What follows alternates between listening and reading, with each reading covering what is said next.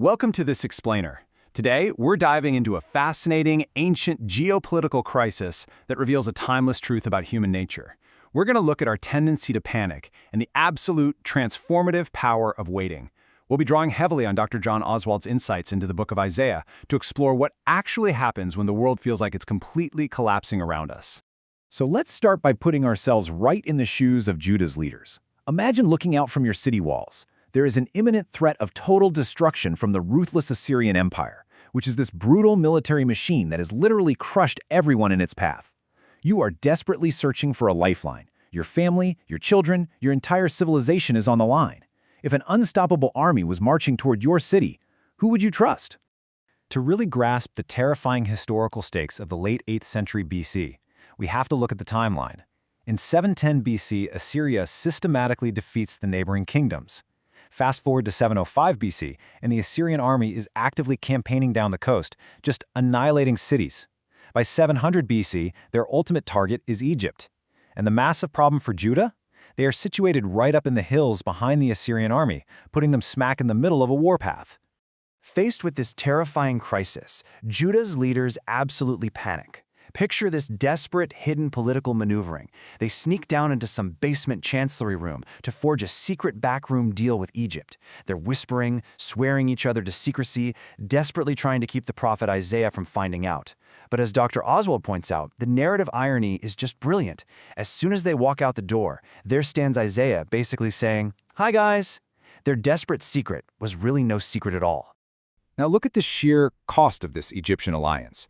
Because the Assyrian army was blocking the easy coastal road, Judah's emissaries had to haul their precious tribute right through the treacherous Negev wilderness. We're talking about traveling the Negev on donkeys, facing the threat of the lion and lioness, the danger of the deadly adder, and get this, attacks from the flying serpents. Yes, flying serpents. It's the ultimate terrible road trip. It really highlights the sheer absurdity of their plan, pouring their national treasure into a dangerous, futile solution. But let's pause here for a second. What was the fatal flaw in Judah's plan? Was the alliance fundamentally bad just because Egypt was a pagan nation? Was it purely a military miscalculation?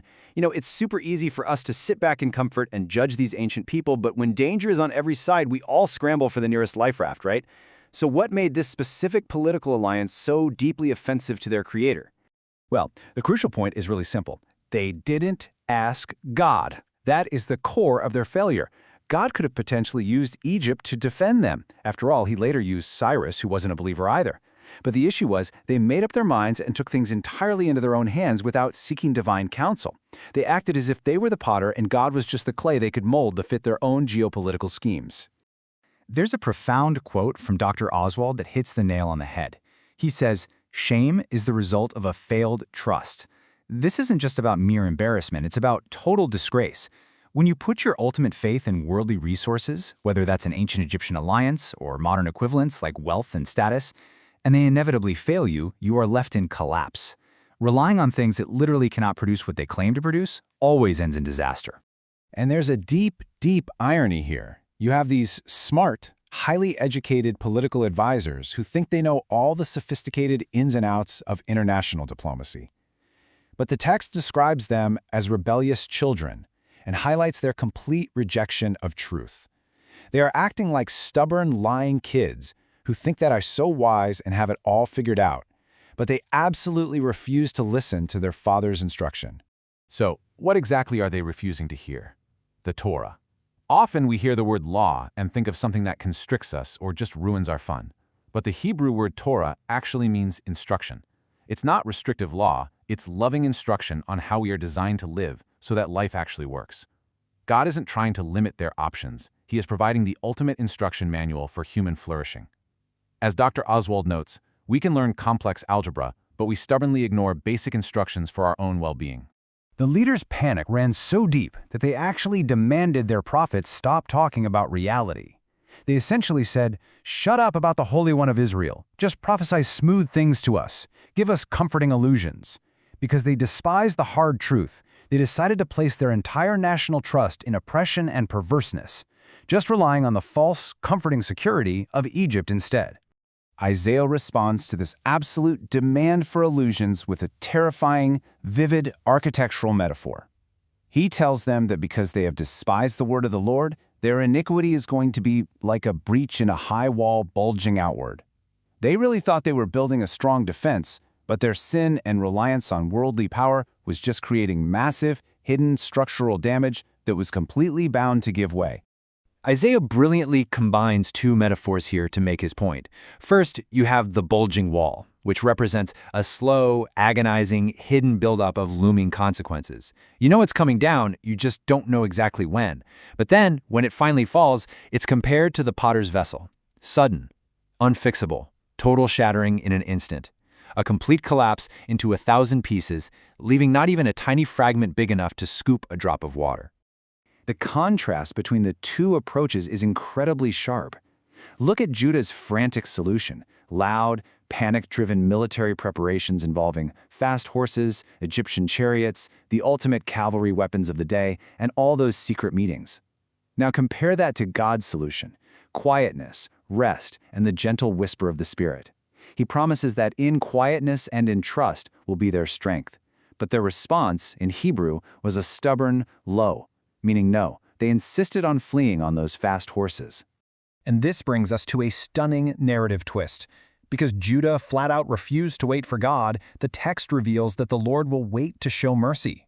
God will wait for them. Dr. Oswalt compares this to a loving parent who must step back and let their child reap the painful results of their own choices. He essentially has to let them run completely out of their own resources before they are finally ready to receive his grace. Which teaches us something vital about this whole idea of waiting. Waiting is putting feet to trust.